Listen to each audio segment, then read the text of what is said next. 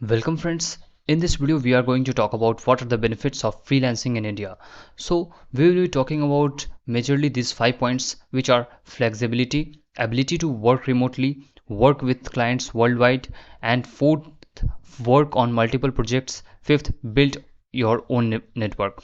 Moreover, there are some of the limitations which I will be covering at the last. So first one is the flexibility.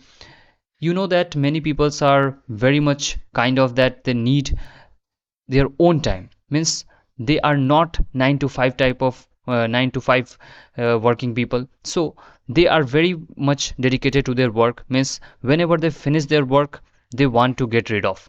So if you are such kind of person who want to finish your work and get off, so freelancing is one of the best option for you. Welcome. The next one is ability to work remotely. It is very important and most of the preferred option. That's why freelancing is developing all across the world. It's not only popular in India but all across the world. So it might happen that in very of the much popular cities the costs and expenses are very much high as compared to your own house, so it is a best option if you are looking for freelancing, so you can definitely switch to freelancing. Now the third point is working with client worldwide. Yes, it's obvious reason that in India it might happen that the skills you are having, you might not get that kind of jobs in India, but all across the world there might be demand and people require such type of work. They will hire you if you are having a skill, then definitely you will get better paid off. Okay, so next moving on to our fourth point, work on multiple projects. It's also very much important.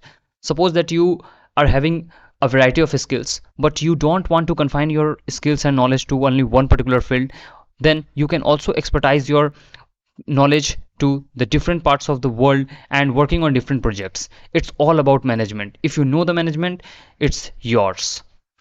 Now the last is build your own network. Yes, it's very much important because for a very beginner it might be difficult, but for a good player it's very good.